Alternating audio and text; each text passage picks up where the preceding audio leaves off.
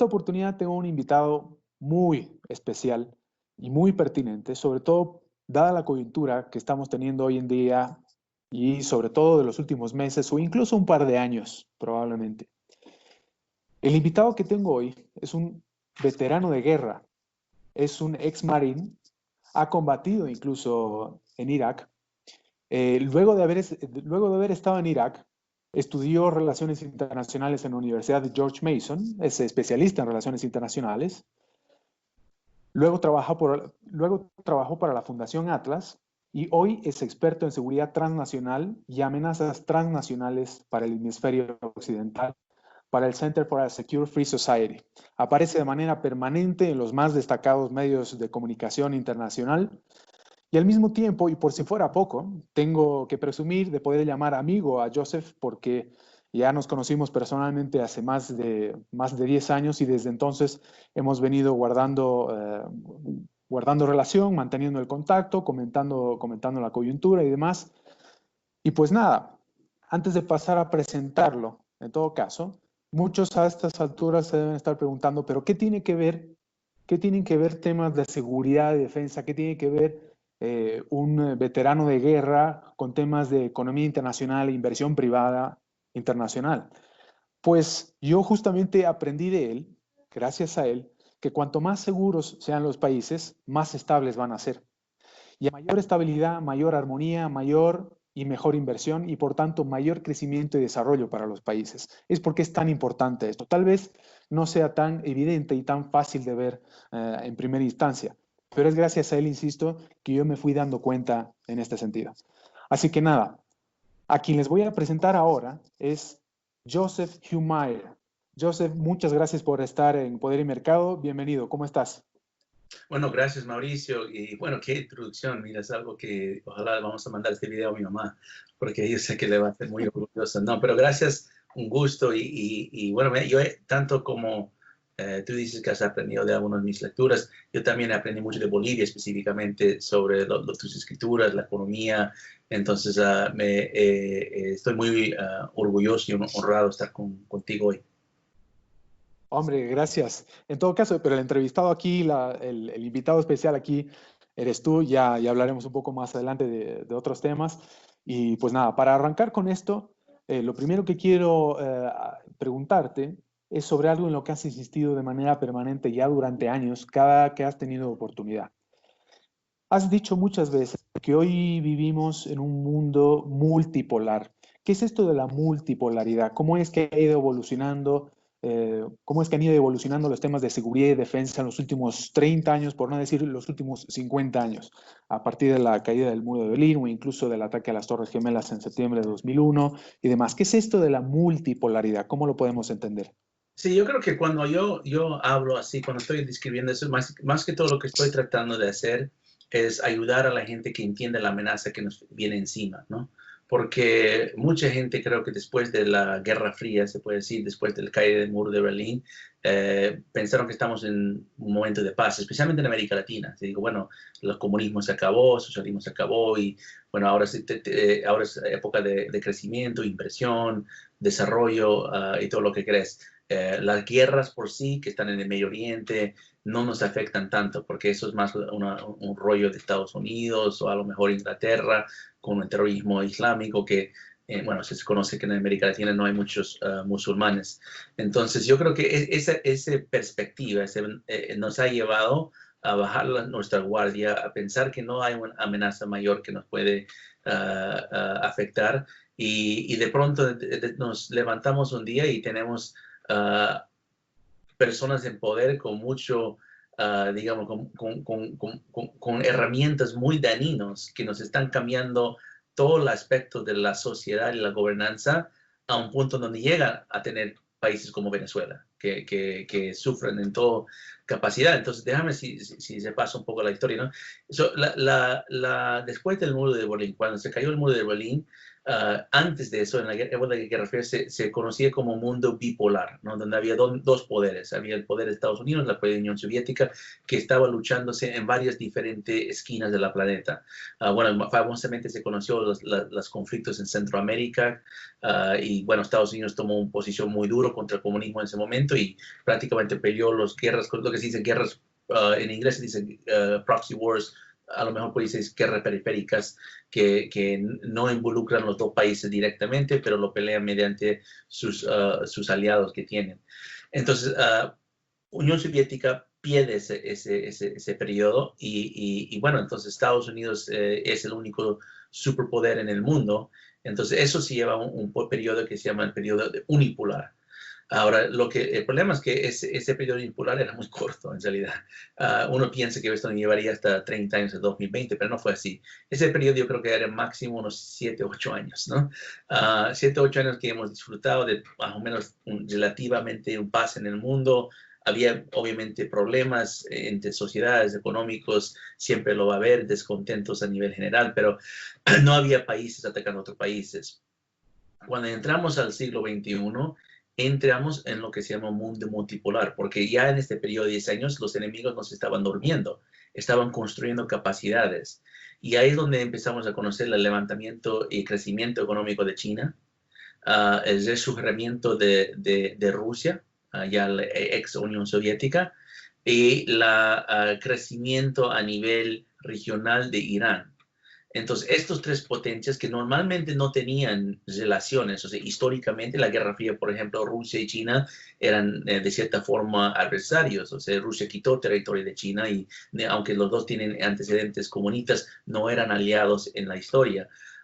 Irán es un gobierno teocrático, islámico, entonces estamos hablando de Unión Soviética, Rusia, que es de cierta forma ateo, no cree secular, no creen en cosas religiosas. Entonces, de cómo esos tres poderes se unen, eso creo que es la historia del siglo XXI, porque esa unión no es una unión a nivel de cultura o a nivel de lazos comerciales. Esa es una unión a nivel estratégico, con el viejo dicho que el enemigo de mi enemigo es mi amigo.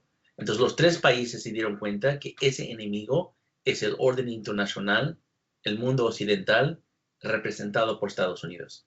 Entonces dijeron que no vamos a poder llegar a nuestro fin, a nuestro objetivo, si no podemos construir este mundo multipolar. Entonces ya adelantas esos 20 años y te das cuenta que estamos en un mundo multipolar. O sea, no hay forma. Venezuela es el claro ejemplo de eso. No se puede resolver la crisis de Venezuela usando fuerza unipolar cuando hay otros poderes que están controlando la situación.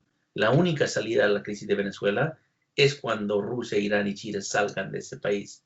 Porque mientras ellos están ahí, va a haber solamente conflicto y guerra. Y si nos metemos más en ese conflicto y guerra, se puede llevar a una guerra bélica, una guerra suave, una guerra periférica, a una guerra convencional. Y eso obviamente ya lo vivimos, ya sabemos las consecuencias de eso. Entonces, eso es cuando digo, y no soy yo nomás, si lees la doctrina de cómo habla Evo Morales, cómo habla Rafael Correa en su momento, Daniel Ortega o Hugo Chávez y ahora Nicolás Maduro, ellos hablan de la fuerza multipolar. Es lo que dicen, la fuerza multipolar. Por eso se hicieron sus convenios con estos tres países para construir esa fuerza multipolar en América Latina. Entonces, ellos nunca pensaron que, por ejemplo, Evo Morales nunca vio que Bolivia actúa solo. Es como una mafia, o sea, como una pandilla. Cuando hablas con Bolivia, cualquier país en el mundo, cuando hablas con Bolivia, estás hablando con Rusia, Irán y China. Estás hablando con esta agrupación. Entonces, ellos vieron que es la suma de todos ellos que les hace un poder, no cada grupo individual o cada estado o país. Volvamos un poco para atrás. ¿Cuál es el vínculo o cuál es la entrada a través de la cual, cómo es que este grupo de Rusia, China, Irán, empiezan a atacar a Occidente? ¿Cuál es la puerta y cuáles son sus métodos? ¿Cuál es la diferencia, por ejemplo, de la Guerra Fría o incluso antes? ¿Cuáles son los métodos y mecanismos? Mira, yo creo que hay dos cosas que por general se está utilizando y creo que se va adaptando y modernizando con el tiempo y con la tecnología. La primera es la vieja escuela de la subversión, ¿no? Eso fue doctrina de la Unión Soviética, eso fue doctrina de Cuba, y la Revolución Cubana, doctrina de la FARC. O sea, esto se ha sido utilizado por los comunistas puede decir, casi 100 años en la historia. Pero lo otro es, a pesar de su versión, hoy en día están usando también desinformación, o sea, propaganda, ¿no? A un nivel mucho más alto de lo que se vio en las épocas pasadas, y eso va en conjunto con la tecnología, porque en las 80s, digamos, no se podía difundir mensajes a nivel de lo que se hace hoy. Hoy en día algo puede llegar a millones de personas en instantes, cuando antes tomaba tiempo llegar a ese tipo de difusión. Entonces, voy a desempacar esas dos cosas. Su versión es esto. Su versión es entrar y estudiar una sociedad a un nivel donde entiendes cuáles son las ideas, la cultura y la identidad de esa sociedad que lo mueve. Y eso tiene que ver con mucho estudiar la historia. Entonces, el proceso de subversión que va en conjunto con infiltración es de infiltrar esas tres áreas: ideas, cultura, identidad. En la parte ideológica es la educación, religión, la prensa. En la parte cultural es la política, seguridad, justicia, popular. En la parte de identidad muchas veces tiene que ver con tu raza, tu población, tu labor, tu familia, tu salud. Entonces vas infiltrando las instituciones, tanto gubernamentales y no gubernamentales, que están en ese ámbito, y haces un proceso de agitación para poder hacer polarización y división. O sea, demoralizas esa sociedad. Y eso es un proceso largo. O sea, no se puede hacer en un año o en 2 años. Eso toma mayormente mínimo 10 años. Ese es ese proceso de demolición por 10 años, y construyes las condiciones previas para destabilización.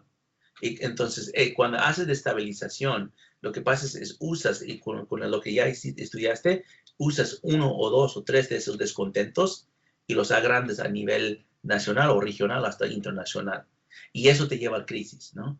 Eso te lleva a crisis. Entonces, yo creo que cuando hablamos de estos procesos que hemos visto en América Latina en particular, la revolución bolivariana de Venezuela, o proceso de cambio en Bolivia, o la revolución ciudadana en Ecuador, o la revolución cubana que ha sido constante, cuando hablamos de eso, estos populistas llegaron al poder, y en día uno que entraron, empezaron con esta subversión para demonizar y polarizar la sociedad. Entonces, lo que estamos viendo ahora no es el proceso de demoralización, eso ya pasó. Lo que estamos viviendo es el proceso de destabilización, y estamos finalizando la fase de destabilización, entrando a crisis puro. O sea, crisis económica, crisis social, crisis política, y creo que casi todos los países tienen este proceso encima, y eso incluye a Estados Unidos. Estados Unidos también lo están haciendo. Pero si esto fuera simplemente 1 o 2 países que está pasando, no sería un problema mayor, pero lo que estamos pasando se está pasando en más que la mitad del mundo. O sea, casi la mitad del mundo está en estas mismas condiciones, y los únicos 3 países que realmente están mirando y tienen su propio problema, pero lo están atacando, es Irán, Rusia y China. Entonces, ellos perfeccionaron esta forma de guerra simétrica, donde hoy en día las guerras ya no se pelean simplemente con militares, con bombas, con balas, se pelean con esto. Y a veces la guerra no se lo ve hasta que es muy tarde. Y yo creo que eso es donde ellos están contando, que la población no se ha despertado, que están bajo ataque. Sí, absolutamente. Y me llama mucho la atención lo que dices, porque si uno se pone a pensar, por ejemplo, en el inicio del gobierno del movimiento al socialismo a partir de 2006, ya se observaba ciertas señales muy importantes. Por ejemplo, Bolivia nunca había tenido relaciones internacionales, relaciones diplomáticas directas con un país como Irán. Y ahora, hoy mismo, se observa, por ejemplo, que tenemos clínicas iraníes que obligan a las enfermeras, o incluso, no sé si doctoras, pero sí enfermeras, a utilizar un velo, a cubrirse y demás en el Alto, en La Paz, y hay relaciones de cooperación incluso militares, y llama mucho la atención, ¿no? Y uno dice, ¿y cuál puede ser el beneficio de todo esto a largo plazo si es que no fuera, por ejemplo, alguna teoría de la conspiración y demás? Me imagino que esos serán algunos de los mecanismos principales, pero yo creo que llega a ser incluso un poco más sutil. Por ejemplo, redes sociales. Hace alrededor de 10 años, por ejemplo, las redes sociales no eran tan importantes. ¿Cuál rol que están jugando las redes sociales para estos ataques que pueden estar teniendo ahora mismo tanto China como Rusia, como Irán o Cuba o Venezuela? Sí, mira, yo creo que la teoría de conspiración llega muchas veces con la falta de información. Cuando no hay suficiente información, hay una sobre cantidad de teorías de conspiración. Las más grandes teorías de conspiración, lo que vas a encontrar en el mundo, vienen de los países que están bajo control totalitario. O vas a Cuba, vas a Corea del Norte, creen en cualquier bobada, porque no tienen ninguna información, no tienen una base de cómo confirmar sus sospechas o sus pensamientos. Entonces llegan a las conspiraciones. Yo creo que la forma que hay que ver es de liberar las cosas para que la gente tiene más información y de ahí las teorías de conspiración se vuelven menos válidas. O puedes verificar cuál es conspiración y cuál es propaganda o mentira. Entonces, mencionaste Irán. Irán es interesante porque Irán tiene esta capacidad. Déjame explicarlo de esta forma, porque mucha gente dice que no entiende Irán en América Latina. Es un tema que yo he trabajado mucho tiempo. Irán es un país islámico, se llama la República Islámica de Irán, pero en Islam solo representa el 15% del mundo musulmán máximo porque ellos son lo que se llama el secto chiita de Irán, ¿no? En el mundo musulmán se puede dividir por lo menos en dos sectos, el secto sunita y el secto chiita, que va a las raíces del origen del profeta Mohammed, ¿no? Entonces, en el secto chiita, países que representan más en el Medio Oriente son Bahrein, Yemen, Irak, Irán y Líbano, ¿no? Pero el país más grande es Irán. Entonces, Irán ha tomado como el poder, digamos, de decir que representan ese mundo, ese sector del mundo musulmán.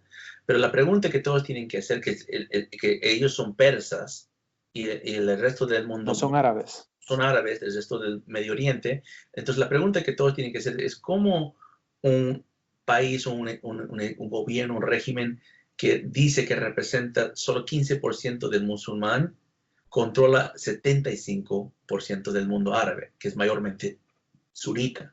¿Cómo hace eso, no? Porque Irán no ha invadido estos países, no hay, digamos, bases militares iraníes, o ahora sí lo hay, pero en ese momento durante los no había. Entonces, la forma que hay que entender es lo que yo describí, este proceso de subversión, eso es perfeccionado por Irán. Y la forma que han podido infiltrar Irak y controlarlo, ahora que Irak prácticamente está en manos de un satélite de Irán, Yemen lo están haciendo actualmente con los rebeldes de Houthi Rebels. Siria es un país que no está, que es mayoría sunita, está bajo control de Irán, y Líbano con Hezbollah. Entonces, ellos han tenido este tipo de poder para hacerlo porque perfeccionaron este arte de guerra simétrica. Entonces, llevaron ese mismo modelo, esta misma estrategia, lo llevaron a América Latina para perfeccionarlo conjunto con los gobiernos y regímenes que estaban haciendo en esta parte del mundo. Y los enseñaron, o sea, mejores maneras de hacerlo. En el caso de Bolivia, por ejemplo, en la parte ideológica, Irán ha trabajado prensa. Más que todo, más que educación y religión, he trabajado prensa y construyeron su propia cadena de televisión, ellos dicen algo que llaman cine estratégico, han podido hacer películas, pero esas películas iraníes y vincularlo con la cinemateca boliviana para poder difundir en la parte ideológica sus ideas. En la parte cultural han trabajado más que todo seguridad, y eso fue conjunto con el gobierno. Eso fue, hay varios acuerdos en el ámbito de lucha antinarcotráfico, si no imaginas. O sea, los más grandes socios en la lucha antinarcotráfico en el gobierno de Evo Morales era Bolivia e Irán. O sea, Irán es el socio más grande para la lucha antinarcotráfico para el gobierno de Evo Morales. Y en la parte de identidad han trabajado el tema de salud.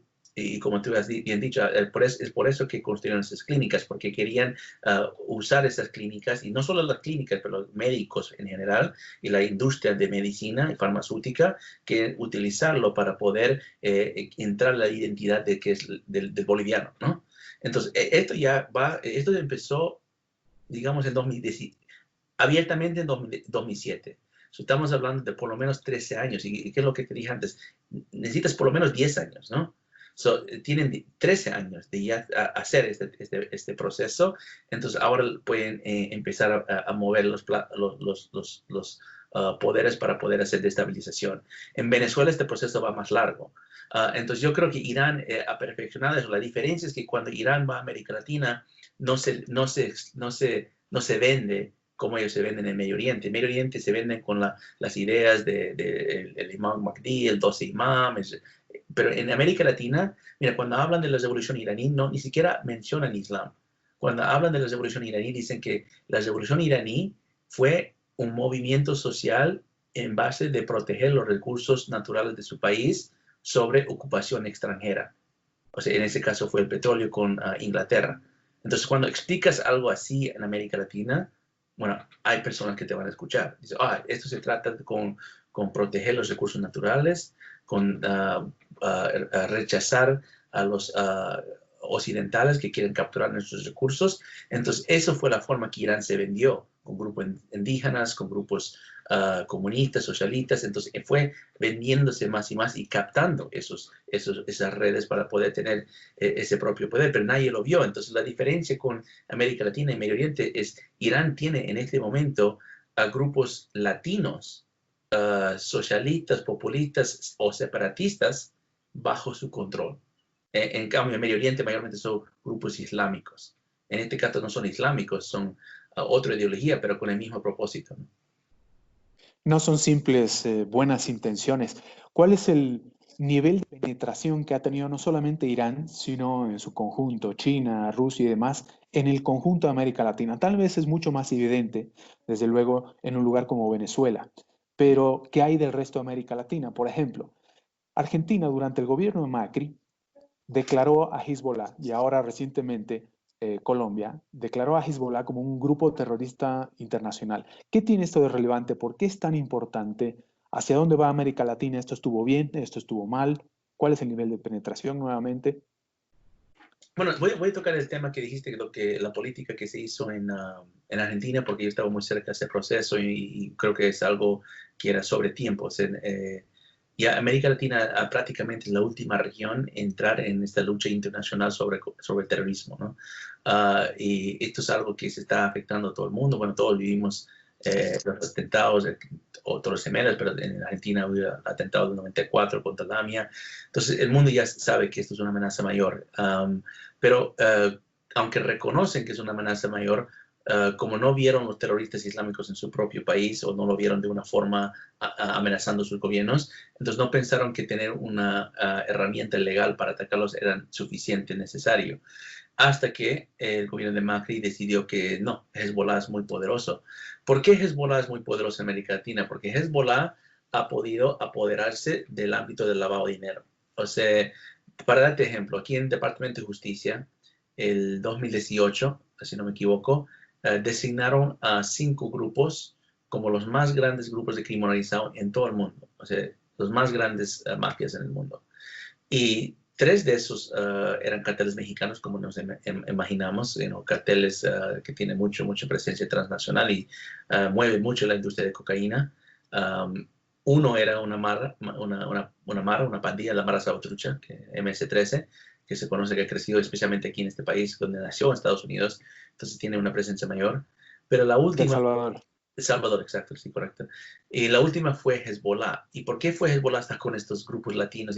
Porque Hezbollah es el único grupo que es transregional, que no solo tiene una presencia mayor en América Latina, pero lo tiene en África, lo tiene en Medio Oriente. Entonces, si tú eres un cartel de droga y quieres llevar tu producto a otros mercados, especialmente Europa o el Medio Oriente, donde también se consume la cocaína, entonces tú tienes que hablar con Hezbollah. Y Hezbollah ha dominado los mercados del lavado de dinero y el transporte de ese tipo de producto. Entonces, ahí es donde entra la alianza con Bolivia, porque, bueno, un grande porcentaje de los elementos básicos que se necesitan para la cocaína vienen de los países que producen la coca y precisamente aquí, en este caso, Bolivia. Entonces, Hezbollah dice, bueno, nosotros nos encargamos de una industria, un parte de la parte de tránsito y ustedes nos dan un descuento en la habilidad de poder entrar a ese mercado. Y eso es lo que Hezbollah dio. Entonces, cuando América Latina y Argentina se dieron cuenta que Hezbollah está operando a este nivel en crimen organizado, se dieron cuenta, bueno, si estamos luchando contra narcotráfico, si estamos luchando contra las mafias y el crimen organizado, tenemos que luchar contra Hezbollah. Pero Hezbollah, naturalmente, no solamente es un grupo de criminales, es un grupo terrorista, ¿no? Que ha hecho atentados más grandes en todo el mundo. Entonces, se dio la idea de empezar a designarlos. Y eso fue muy importante porque antes de eso, en mi país, Estados Unidos, había una confusión total sobre la presencia de Hezbollah en América Latina. Algunos decían que había campos de entrenamiento en la selva, otros decían que eso es una exageración total y que no hay ningún operador de Hezbollah, eso es un mito, una exageración. Había estos extremos de cómo verlo. Entonces, lo que se necesitaba es verificarlo, pero para verificarlo tenemos que hablar el mismo idioma. Entonces, te doy un ejemplo. Antes de que Argentina designó Hezbollah, si yo soy el Departamento de Estado de Estados Unidos y digamos tú estás en la Cancillería de Bolivia, ¿no? Y yo te llamo y te digo, Mauricio, sí, estoy haciendo un informe aquí para el canciller y quisiera saber si hay grupos de terrorismo islámico en tu país. Y tú revisas, no he visto, no tenemos esa palabra, ni siquiera, nada, cero. Entonces yo digo, alguien me dijo, Joseph, me entró y me dijo que había Hezbollah en Bolivia, qué sé yo. Entonces te llamo de nuevo, digo, no estoy conforme, te llamo de nuevo, digo, Mauricio, por favor, puede ser más específico, dime si hay Hezbollah en Bolivia. Pues, pero Hezbollah, sí, Hezbollah tenemos. O sea, hemos visto Hezbollah, lo hemos visto en Chapara, lo hemos visto en Beni, lo hemos visto en Santa Cruz. Entonces digo, pero tú me dijiste terrorismo islámico. Yo pensé que Hezbollah era un grupo de contrabando, un lavador de dinero. Entonces no tenemos el mismo idioma. Entonces eso ha confundido la habilidad de tener cooperación bilateral y multilateral sobre este tema. Entonces eso es la propósito de la designación. Es poner todo en el mismo idioma legal para que podamos tener una cooperación mayor, porque lo que creo que reconocen en Bolivia es que no pueden solos. O sea, el gobierno, el Estado no puede luchar con esta amenaza que es transregional solamente con sus herramientas. Necesita formar alianzas con otros países que están luchando contra esas mismas amenazas para poder neutralizarlo. Entonces, estas reformas legales de designación son muy importantes en ese aspecto. Me parece sumamente interesante, al mismo tiempo que importante.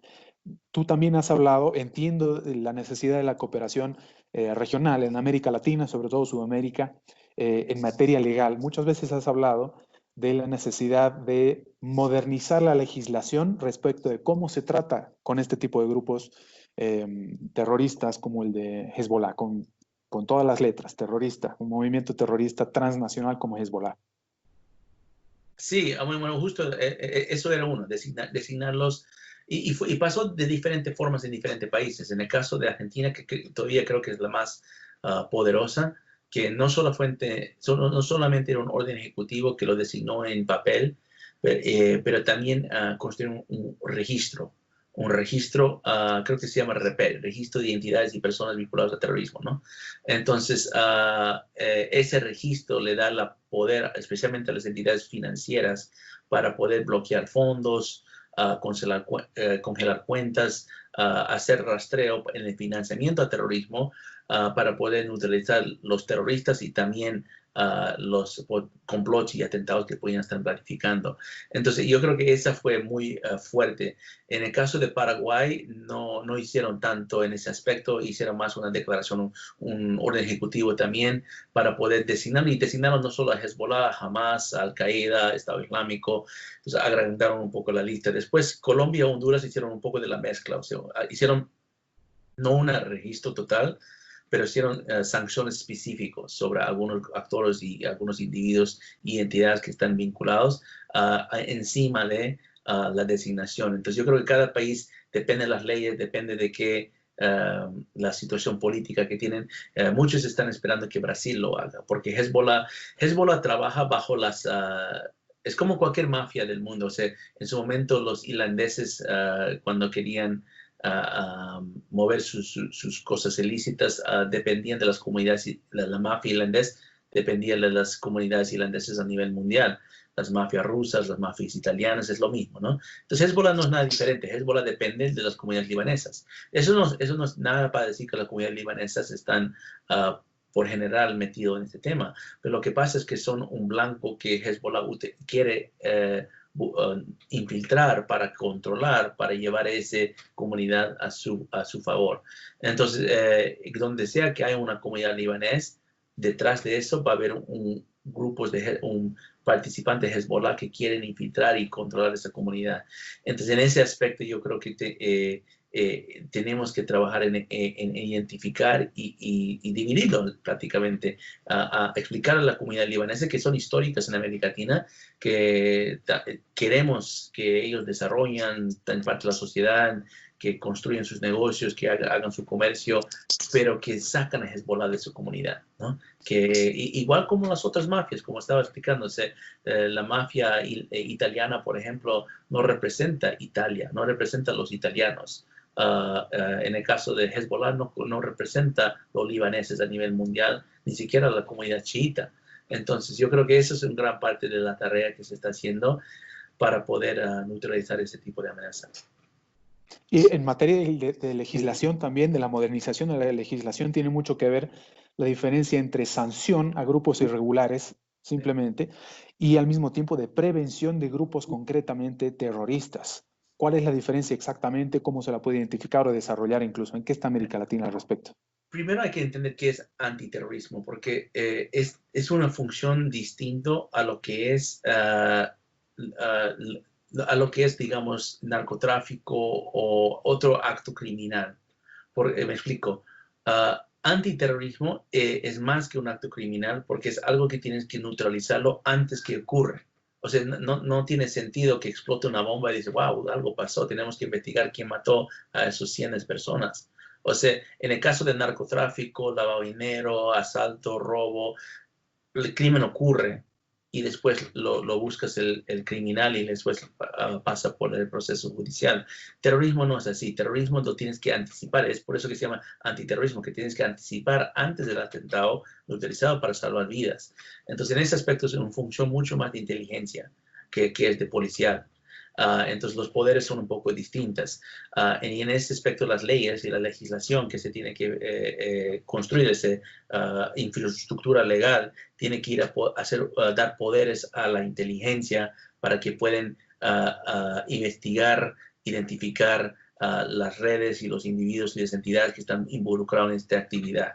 Lo que puedes combinarlo es con el aspecto policial, donde ellos pueden seguir investigando crímenes, pero compartir la información cuando tiene que, por ejemplo, si tú encuentras que Hezbollah está lavando dinero en tu país, y eso mayormente va a estar encontrado por las policías, entonces, inmediatamente, porque Hezbollah no solo es lavador de dinero, debes compartir eso inmediatamente con la inteligencia. Tal vez no vas a hacer eso con todos los lavadores de tu país, pero con Hezbollah, sí, porque Hezbollah hace más que lavar dinero, hace atentados. O sea, alguien una vez, estos debates han tenido en Europa, en otros países, de que no, si es un brazo militante de Hezbollah, porque Hezbollah también es partido político en Líbano, tiene como 11, 12 asientos en el Parlamento libanés, también hacen obras sociales en su Líbano. Entonces la gente dice, bueno, entonces ¿a qué estamos refiriendo? O sea, pero ellos son un grupo multidimensional. O sea, como estábamos hablando antes, las guerras hoy en día no se pelean simplemente con bombas. O sea, hacen acciones terroristas, pero con un propósito de poder político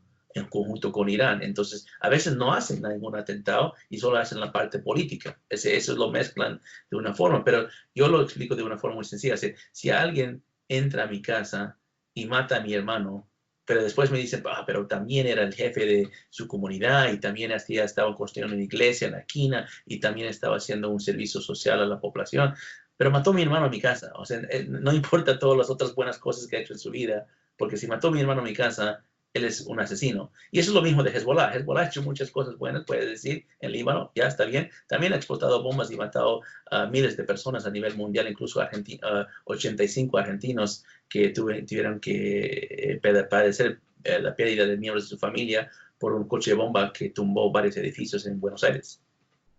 Sí, correcto. Y voy a vincularlo esto con algo que pasó en Bolivia hace más de 10 años. Has mencionado algo sumamente importante, algo clave, y es al mismo tiempo el temor que tengo yo. Por ejemplo, has dicho que Hezbollah también es parte de un partido político, que es un partido político. ¿Qué sucede si este tipo de legislación termina siendo utilizada por este tipo de grupos que terminan siendo partidos políticos en determinados lugares, como en Bolivia? En abril de 2009 hubo la condena, se asesinó a mercenarios, a 3 o 4 mercenarios, ahora mismo no recuerdo, y durante todos estos años, durante más de 10 años, hubo un juicio, hubo detenciones ilegales y demás, y luego de más de 10 años, solamente con este nuevo gobierno, el que tenemos ahora mismo en Bolivia, luego de que Evo Morales renunciara en noviembre de 2019, se declaró a todos ellos como inocentes. Así que a mí me llama la atención que sea tan delicado el asunto? ¿Qué piensas? Es decir, ¿cómo se puede evitar que este tipo de legislación sea utilizada por los mismos terroristas? Claro, eso siempre fue la preocupación. Esto fue parte de los debates también cuando se usa la designación con Hezbollah en Argentina, ¿no? ¿Por qué? Porque la percepción de la palabra terrorismo en América Latina es distinto a la de Estados Unidos o a de Europa o de otras partes del mundo. La percepción mayor, yo diría, por América Latina, por la palabra de terrorismo, tiene más que ver con terrorismo de Estado, ¿no? Tienes que ir a la época de la Guerra Fría, con la Guerra Sucia que había en Argentina, o cosas que pasaron en Chile, hasta el propio Venezuela, o sea, en varios, donde había la época de las dictaduras militares en América Latina, había abusos de poder y violaciones de derechos humanos en muchos casos. Entonces, ese tipo de trauma se quedó con la sociedad latinoamericana y ellos se quedaron con esos terrorismos. Cuando hablas de terrorismo, ellos no piensan en un musulmán con un coche bomba que va a entrar y explotar un edificio con una bomba de suicidio. Ellos piensan que va a haber un gobierno que va a entrar en mi casa y a sacar a mi hermano y desaparecerlo y nunca más lo voy a poder ver. Eso es el terrorismo que pasó históricamente en América Latina. Pero hoy en día estamos en una época nueva. Es una época que, como estamos hablando al principio, que ya no es un mundo globalizado. O sea, estas cosas se están conectando. Entonces, en ese aspecto yo creo que tenemos que empezar a modernizar nuestras leyes para enfrentar las amenazas de hoy día, no las amenazas de ayer, ¿no? Eso también para decir que no queremos repetir los mismos errores de ayer, pero no hay una periodo ahorita de dictadura militar en América Latina. Lo que estamos viendo ahora es un periodo ni siquiera de dictadura, yo creo que lo que estamos viendo es un periodo de procesos de cambio, para usar la palabra, pero en un aspecto muy violento. Un aspecto muy violento que está transformando de una forma fundamental la sociedad donde permanecen. Y eso es conjunto con actores terroristas, ¿no? Que están trabajando. En el caso de Bolivia, yo veo que Evo Morales, y no creo que fue él, o sea, el propio Evo que era el genio que entró al gobierno, y eso me falta estudiar un poco, porque creo que había antecedentes antes de que Evo llegue al poder para que esto se pueda expandir de una forma tan rápida. Lo que pasó en Bolivia, Definitivamente. lo que pasó en Bolivia en términos históricos es muy rápido. O sea, lo que ha podido cumplir en 14 años en poder es lo que muchos países o gobiernos, regímenes nunca han podido cumplir en 25 años. Cuba ni siquiera ha podido hacer eso en 50, 60 años. Entonces, 60 años, sí. Sí, entonces yo creo que eso demuestra que hay un poder un poco más grande de simplemente Evo Morales. Pero yo creo que lo que Evo Morales entendió es que si va a lograr los objetivos que tiene que lograr, tiene que alinearse con una entidad internacional o digamos una red internacional que le van a dar el poder y el respaldo para hacerlo en Bolivia. Y hoy en día yo creo que lo que se está viendo en Bolivia, cuando todos están mirando, y hemos podido hablar, Mauricio, tú y yo, sobre esto en varias ocasiones, y yo me acuerdo en noviembre del año pasado y todo ese proceso de 21 días y la emoción y todo, y mira, mis padres son de Bolivia y no es imposible que uno no tenga ningún tipo de emoción viendo un país que estaba bajo ese tipo de control, liberándose enfrente de nuestros ojos.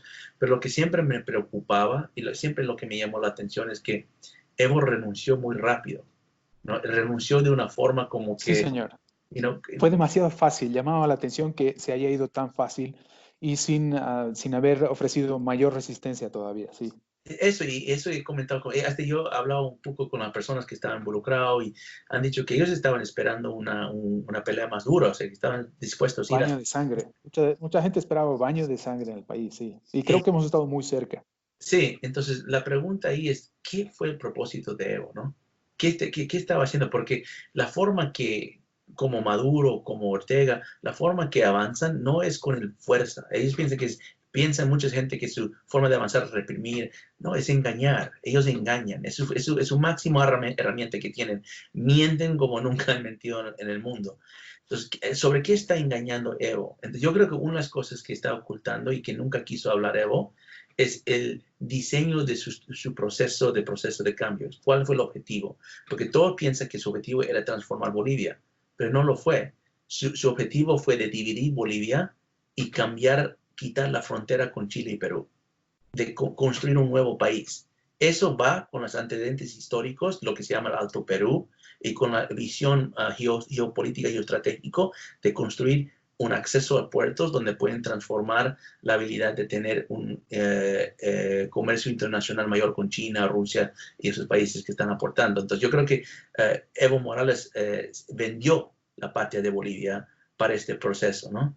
O sea, lo que están, yo creo, por eso tenía que salir, porque en la forma de salir, él lleva el conflicto de Bolivia a campo internacional y por lo tanto escala el conflicto, ¿no? En vez de ser un conflicto interior, lo que se llama en inglés interstate conflict, un conflicto interno con desplazamiento y todo, como hemos visto en Congo, en Sudán, en otros. Esto ahora se está convirtiéndose a un conflicto regional, mucho en la misma manera que se pasó en Venezuela. Lo mismo pasó en Venezuela. Venezuela podía ser simplemente un conflicto constitucional entre grupos y bandas que están dentro de Venezuela, pero lo escalaron a un nivel regional y eso es muy peligroso. Entonces yo creo que Evo salió con un propósito y tiene un plan de lo que quiere avanzar en sus próximas fases. Yo creo lo mismo, que salió solamente porque hay buena parte del plan que sigue en pie, pero te pregunto de todas maneras, ¿qué tan importante ha sido la renuncia de Morales o la salida de Morales del país en noviembre y por su paseo de México hasta terminar en Argentina? ¿Qué tan importante ha sido para el avance de esta multipolaridad? Es decir, ¿qué tan importante, qué tan fuerte ha sido el golpe para China, Rusia, Irán y demás? Sí, no, Venezuela.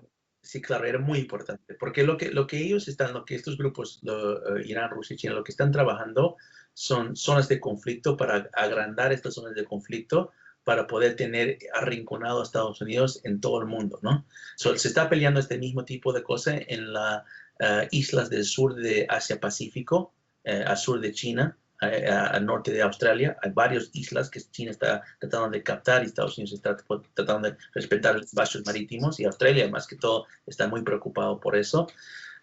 Están haciendo lo mismo con India y la frontera, lo que se llama la frontera fría que tiene con India. Rusia lo está haciendo, lo ha hecho en Ucrania, Irán y Rusia y lo han hecho en Siria. Entonces, ese es el mismo tipo de conflictos que lo que es invita más presencia internacional, invita más, especialmente Estados Unidos, quieren que Estados Unidos se mete más en esos conflictos, porque lo que pasa es cuando hay ese conflicto internacional, quita la soberanía de cada país, de cada estado, y debilita el concepto de Estado soberano. Entonces los estados empiezan a debilitarse de una forma institucional, pierden su control sobre su propio país y por extensión las fronteras empiezan a desaparecer.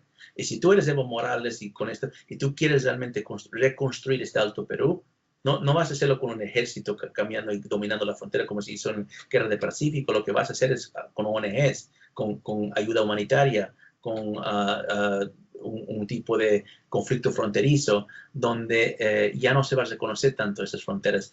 Eso está pasando actualmente con Colombia y Venezuela. O sea, vas a Cúcuta, vas a esas partes de la frontera y es prácticamente 60% venezolano en este momento, ¿no? Entonces, ese yo creo que es el proceso que están manejando. Eso. Para mí, Evo Morales salir de Bolivia era muy importante en avanzar esto, porque ahora tienen 3 nodos del conflicto. Tienen Venezuela, que es la más grande y la más preocupante. Tienen Nicaragua, que están haciendo el mismo trabajo con Costa Rica y esa zona ahí que tienen. Y ahora tienen Bolivia. Y si lo formas en un mapa geográfico, lo que ves es esos 3 países, si logran sus objetivos, pueden conectar el Atlántico, Pacífico, Caribe de una forma donde las rutas de comercio ya no son dominadas por Estados Unidos, donde tienen nuevas rutas para mover el comercio que va a ser dominado por China.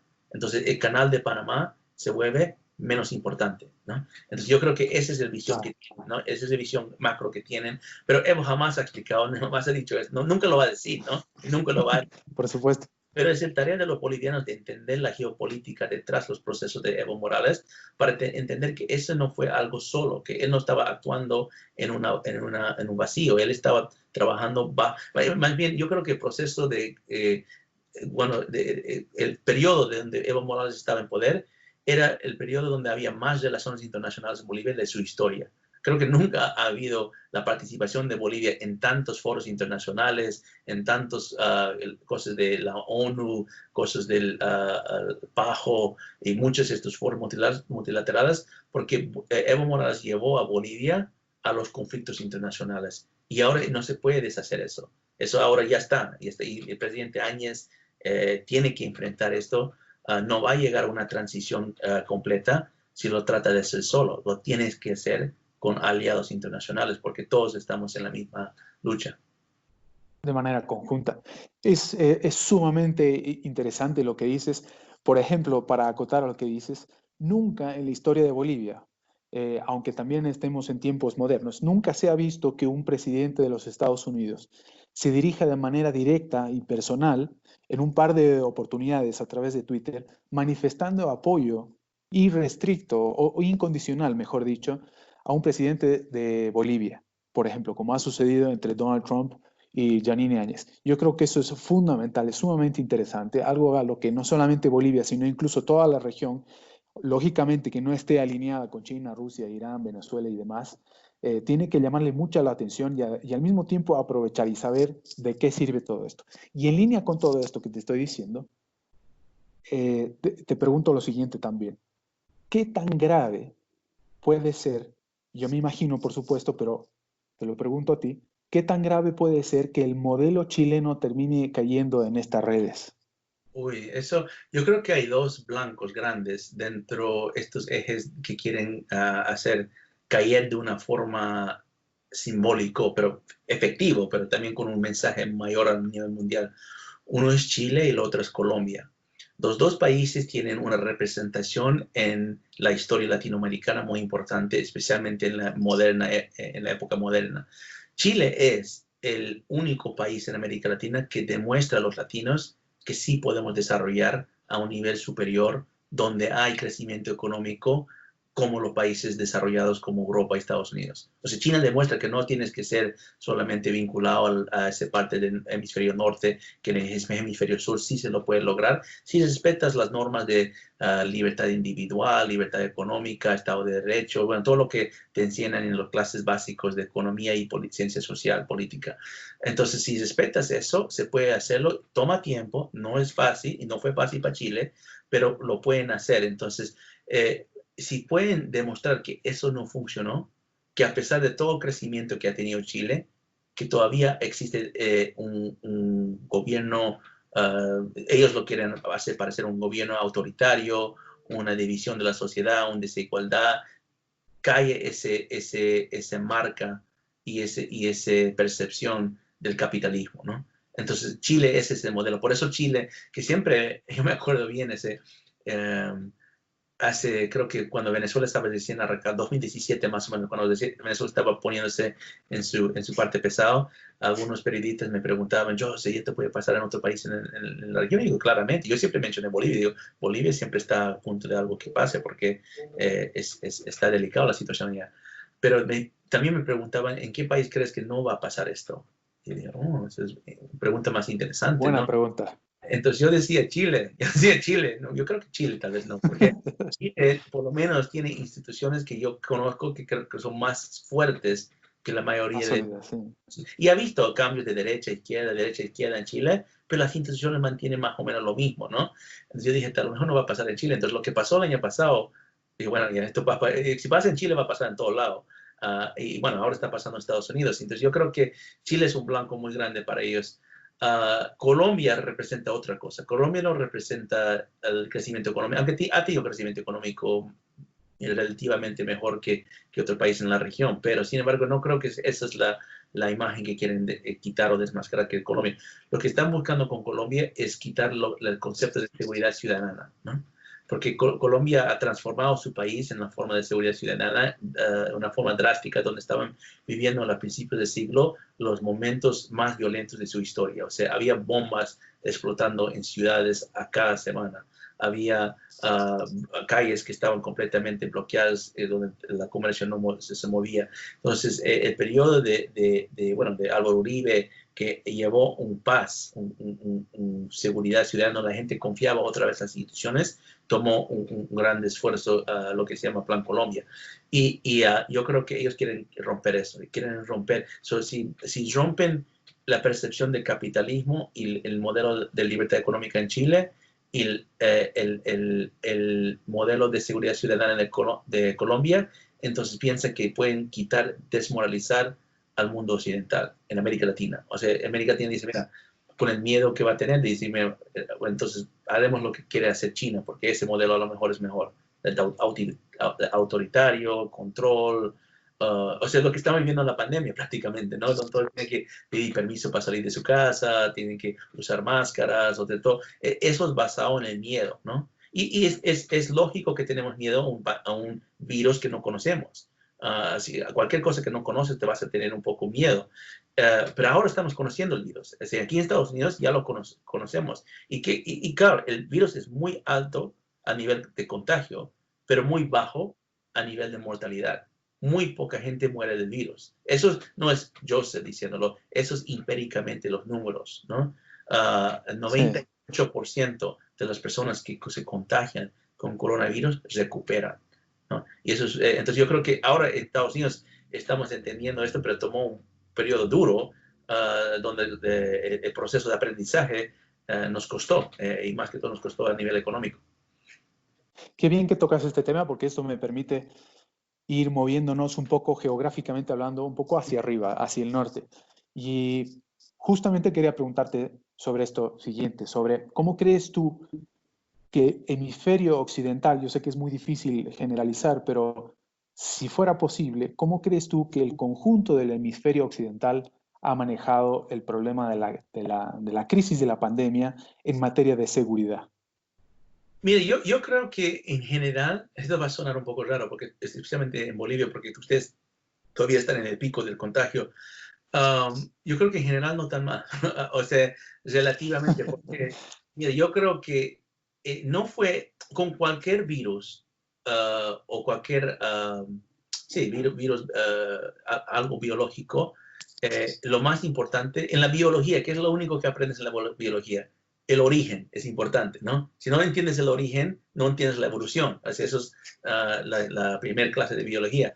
Entonces, cada virus necesitas entender el paciente cero. El paciente cero te hace entender cómo funciona el virus, ¿no?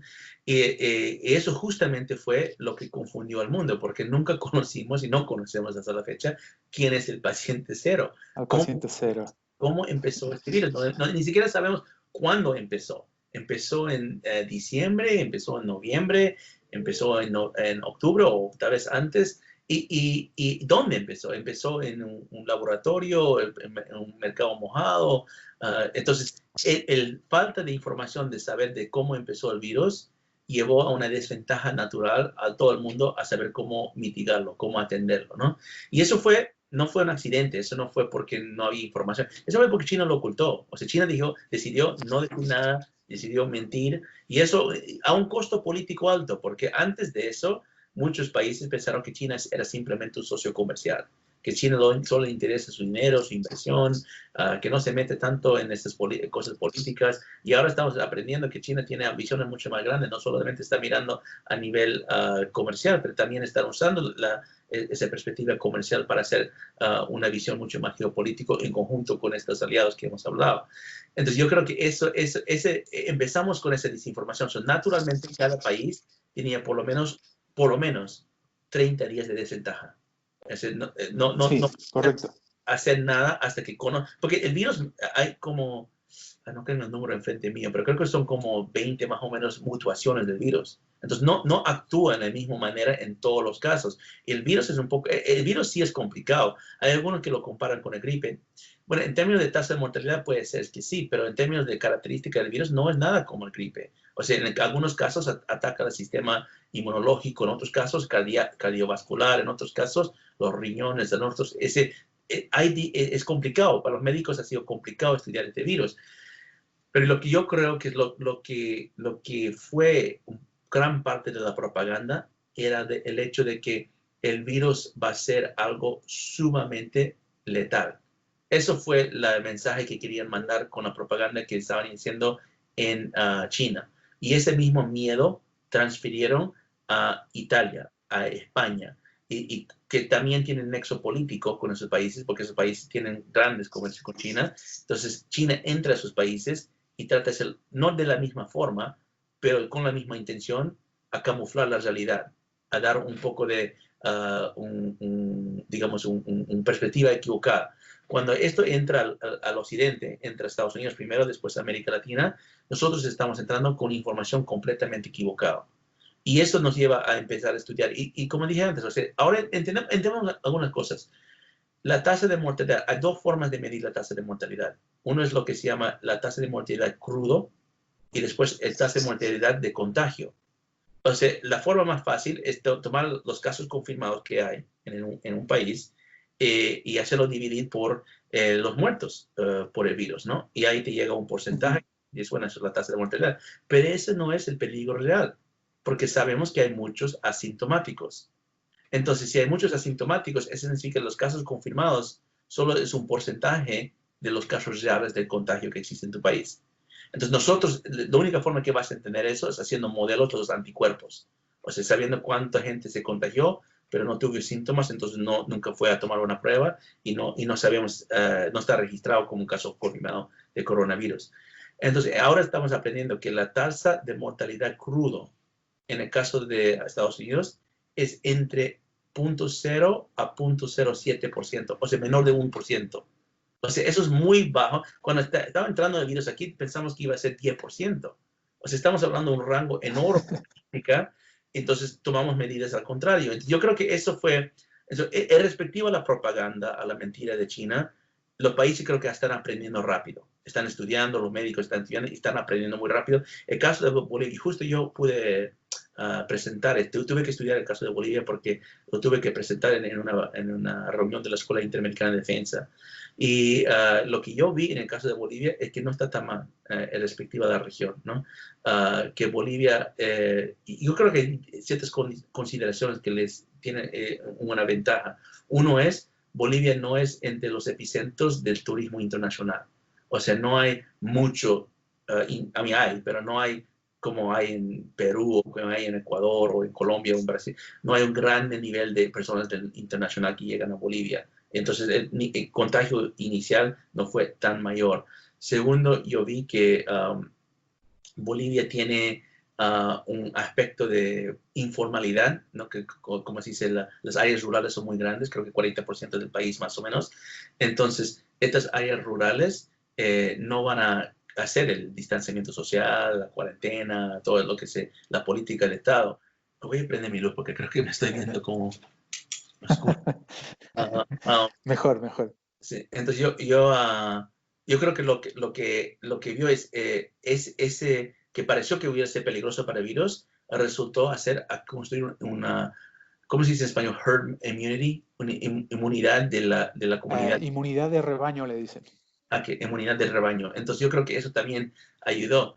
Y por último, yo creo que, he visto la política de presidente Áñez y no fue tan mala. O sea, hizo acciones muy rápidas, hizo acciones muy concretas, hizo declaraciones, trabajó con el Ministerio de Defensa. Lo único que yo vi que a lo mejor debía mejorar es porque estaba usando el Ministerio de Defensa para como la primera línea de contención y seguridad, que me parece adecuado porque en estos países mayormente es la logística que mueve y la logística es mayormente manejado por los ejércitos. Entonces yo entiendo, pero la comunicación debería ser mayor en ese aspecto porque todos, creo que en Bolivia y en otros países, siempre tienen miedo que hay militares en las calles, ¿no? Entonces debería comunicar que esto no es solo porque tiene un uniforme, una militarización del país. Esto es simplemente una logística para ayudar a los médicos, ¿no? Es prácticamente los suministros. Y esa comunicación tenía que ser muy amplia, yo creo, especialmente en las áreas rurales donde a veces los medios estatales no llegan. Entonces, yo creo que es lo único que vi, pero más allá yo vi que no estaban haciendo tan mal el trabajo. Entonces, por general, pero justo es por eso, y recién aquí en Estados Unidos estamos recuperando, la gente está empezando a salir otra vez, los negocios están empezando a abrir y bueno, ahora explota esta cuestión de la manifestación. Sí, correcto. Bueno, respecto de lo de Bolivia, puntualmente es tan interesante como dices porque mientras en el proceso de crisis que tuvimos entre octubre y noviembre, con la renuncia de Morales y demás, con un paro y huelgas y demás generalizado en el país durante más de 20 días, ha sido sumamente complicado. Mientras les teníamos miedo a los militares, ahora les creo, me imagino que es el sentir y pensar de la gran generalidad de la gente que puede salir ahora mismo a la calle, ahora se les agradece. Es casi como que transmiten calma y seguridad al mismo tiempo como debería ser ver militares en determinados puntos de las ciudades.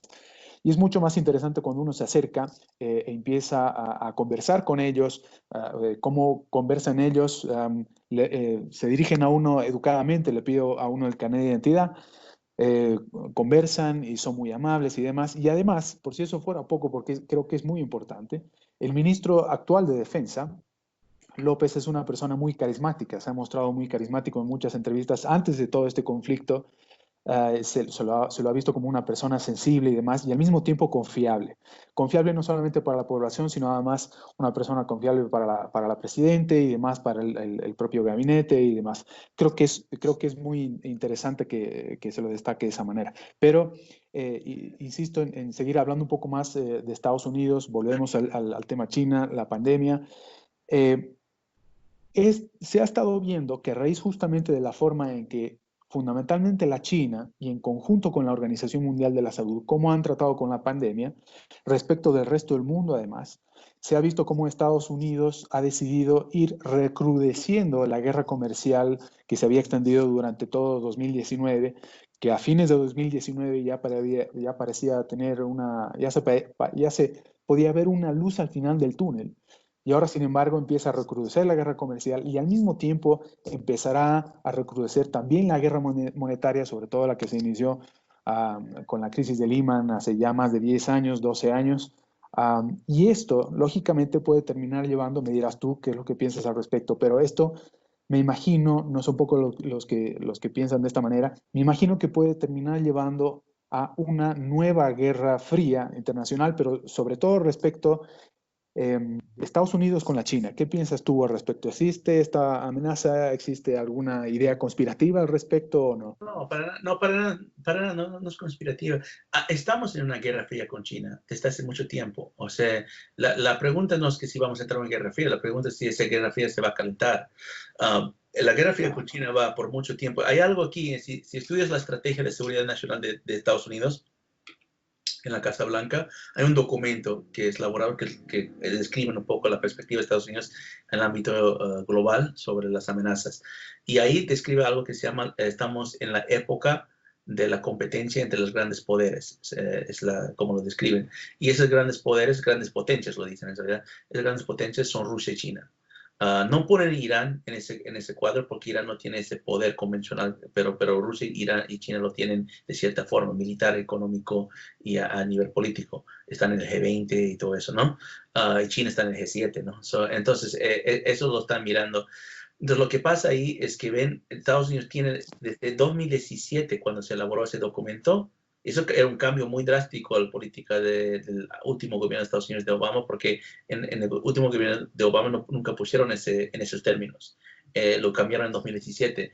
Desde ese momento estamos en una plena guerra fría con China porque se decidió que China es un adversario de Estados Unidos, no un enemigo, pero un adversario. O sea, estamos compitiendo con China para influencia en muchas partes del mundo. En América Latina, China ya es socio comercial de varios países, de Brasil, de Perú, de Chile. Y eso fue hace 10 años, nadie pensó que iba a ser tan fuerte así. O sea, siempre sabían que China iba a ser un peso económico en América Latina, pero superar a Estados Unidos en el lado de intercambio comercial, eso es un poco más nuevo. Entonces, en ese aspecto, la Guerra Fría se estaba peleando en el ámbito económico, en el ámbito político, en el ámbito diplomático, pero no estaba llegando a ataques directos, por lo menos con China. O sea, China hacía cosas, pero siempre se negaba y su retórica, su propaganda era muy suave. Con el virus eso mucho cambió, drásticamente cambió. O sea, para que embajadores de China y personas de su Ministerio de Comunicación, o sea, formalmente el gobierno chino, sin ocultar, sin ir con un tercero, sin usar un portavoz, con los mismos oficiales chinos diciendo que el virus originó en el ejército de Estados Unidos y lo transfirió mediante soldados a China, una acusación severa, demuestra que China está escalando a otro nivel de su propaganda, que nunca antes estaba en eso durante años anteriores. Entonces, eso se está calentando más y más. Y yo veo, por ejemplo, las formas donde estamos bajo un ataque sistemático por China, pero también con sus aliados de Rusia e Irán. O sea, ellos no pueden hacerlo solo, ellos tienen que depender de estas alianzas para poder hacerlo. Por eso te digo, o sea, lo del virus, hoy, mira, el virus es absolutamente real, es absolutamente un problema, es algo nuevo, es un nuevo coronavirus, se llama SARS-CoV-2, ¿no? Porque es diferente al SARS-1 que hubo en 2009, algo así, ¿no? Y entonces es un virus, pero es un virus que ahora estamos aprendiendo que se puede manejar con ciertas mitigación y con cierto estudio y procesos. Pero justo y eso creo que ese aprendizaje pasó muy rápido en Estados Unidos, más rápido que creo que los chinos esperaban. Yo creo que ellos esperaban que iba a tomar a Estados Unidos por lo menos unos 4 meses entender esto y nos tomó 2 meses máximo, ¿no? Entonces yo creo que ya el público estaba empezando a entender que podemos empezar a abrir la economía, podemos hacer esto. El problema es con la cuarentena que hemos tenido, hay ciudades en Estados Unidos como Minneapolis, Detroit, Los Ángeles, creo que, no sé si Miami llegó, que han superado 20% de desempleo. 20%, ¿no? Hay más que 20 ciudades que han superado 10% de desempleo. Entonces, cuando subes empíricamente, históricamente, cuando una ciudad sube de más de 10% de desempleo, hay descontento social. Hay gente que empieza a salir a manifestar o pedir o hacer algo, ¿no? Eso es de todo el mundo. Eso es empírico. Entonces, lo que pasa es que yo creo que China calculaba y sabía que algo iba a pasar. Algo iba a pasar, ¿no? Que estas ciudades no van a poder tener 20% de desempleo por 2 meses y nada. No va a haber ni una manifestación ni nada. Casualmente pasó esto, lo que pasó con George Floyd, ¿no? Que este abuso de... Exacto. ¿Cuál es tu interpretación no solamente sobre George Floyd, sino además los no consecuentes necesariamente, pero sobre el robo, el vandalismo, el saqueo? ¿Cuál es tu interpretación? Sí, para darle continuación, yo creo que eso es un efecto natural de las condiciones económicas que está el país, ¿no? Cuando, específicamente el caso de George Floyd, que si el crimen que estaba cometiendo era falsificar un billete o un cheque. ¿Pero por qué está falsificando? Seguramente porque está en una situación económica muy difícil, o sea, está prácticamente robando. ¿Pero por qué está robando? Porque seguramente no tiene empleo. O sea, el desempleo es no solamente un tema económico, es un tema social. O sea, esto lleva a problemas sociales, ¿no? Lleva a suicidios, lleva a enfermedades. Yo no entendía para nada. Cuando todo el mundo está preocupado de la pandemia, yo digo, pero el desempleo construye enfermedades. O sea, eso lleva a la gente que sea más físicamente enfermo en su salud.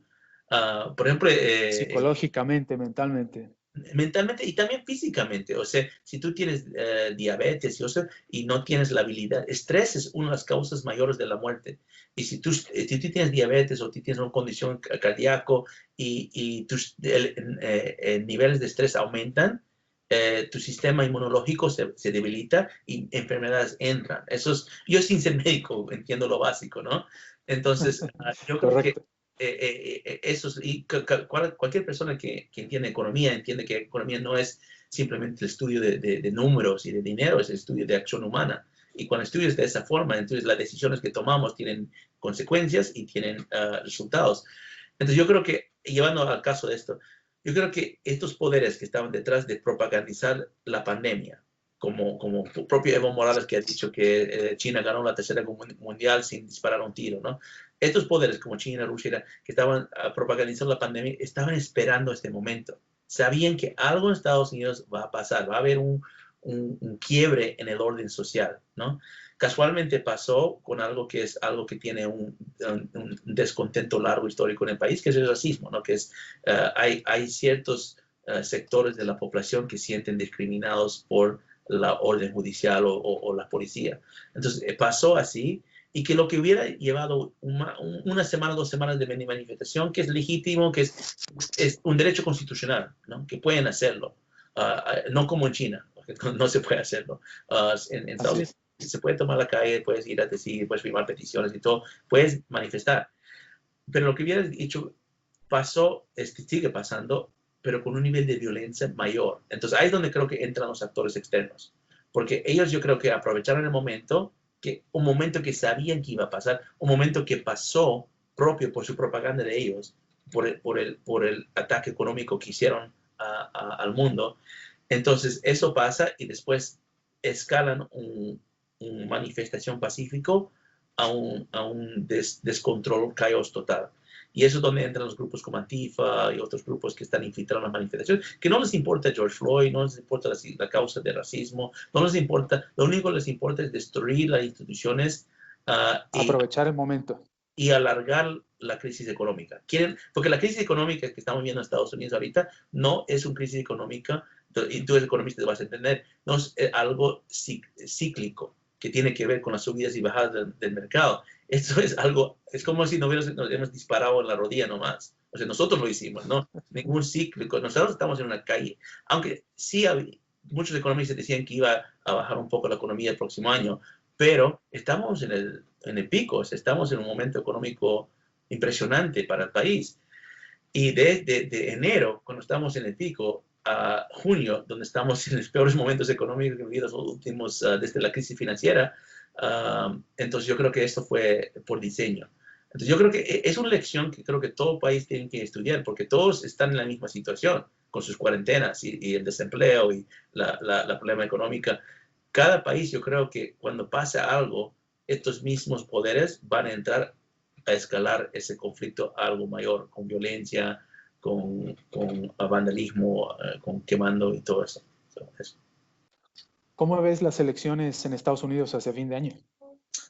Mira, yo lo veo, si me hubiera preguntado en enero, era claramente que President Trump iba a ganar. O sea, fácil, ¿no? Porque no había, en ese momento todavía los demócratas estaban en primarias y se estaba viendo quién iba a salir, pero yo pensé que Bernie Sanders tal vez iba a salir porque él tenía más peso en la calle que Biden, pero me olvidé que Biden tiene toda la parte institucional del partido, bueno, era el vicepresidente de Obama, entonces tiene una fuerza. Y yo creo que Obama ayudó para que Biden gane la primaria, porque prácticamente quitaron el momento que tuvo Bernie Sanders. Y yo creo que la gente de Bernie Sanders tiene que acordar eso, porque cuando, no sé si se acuerdan de este candidato Buttigieg, que era un candidato joven, Pete Buttigieg se llama, era alguien. Correcto. Sí, era un alcalde en su momento. Se bajó muy temprano de la campaña, de la carrera.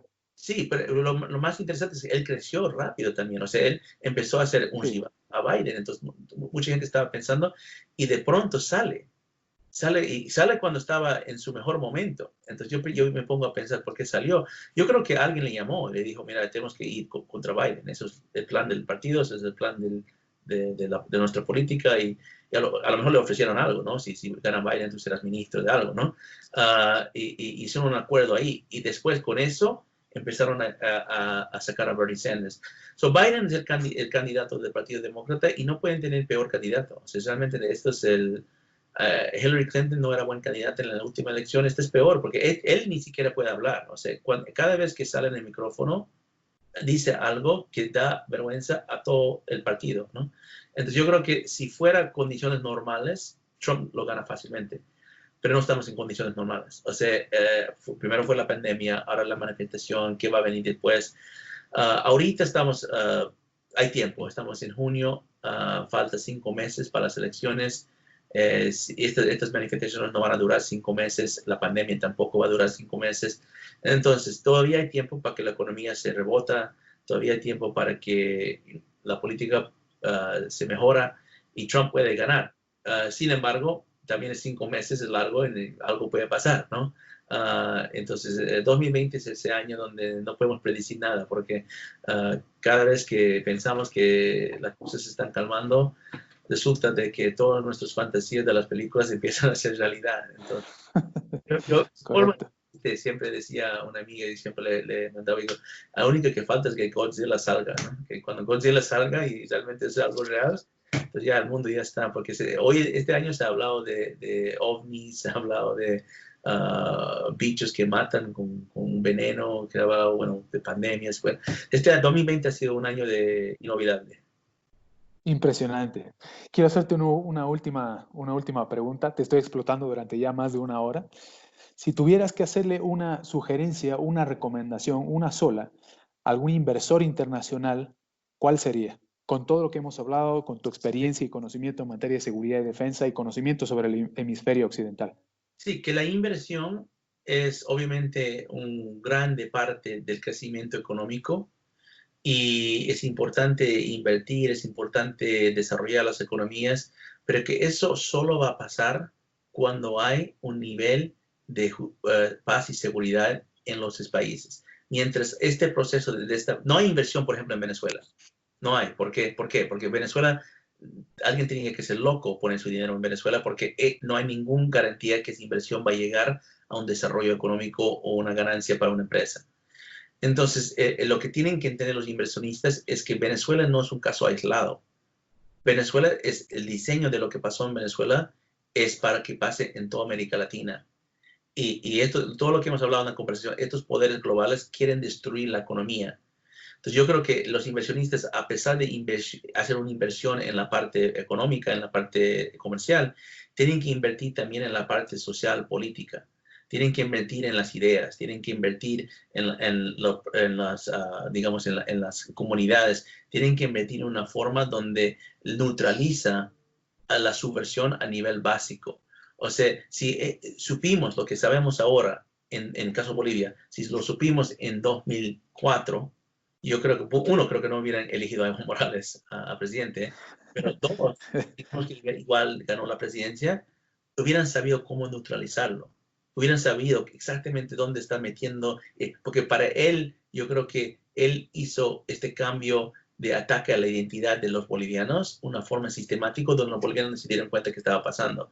Entonces, los inversionistas yo creo que tienen que entender que ese tipo de procesos tienen consecuencias y consecuencias grandes. O sea, los que tenían dinero en Venezuela lo perdieron todo. O sea, los que están en el sector de petróleo están quemados. Entonces, yo creo que los que están en el sector de turismo o aerolíneas, en el caso de pandemia, están quemados. Entonces, yo creo que tienen que entender que la geopolítica tiene que ser un factor dentro de sus análisis de riesgo, sus análisis, y tienen que invertir un poco, no solo en la parte de su negocio, pero en la parte de desarrollar los países, la sociedad, para que haya un clima favorable a la inversión.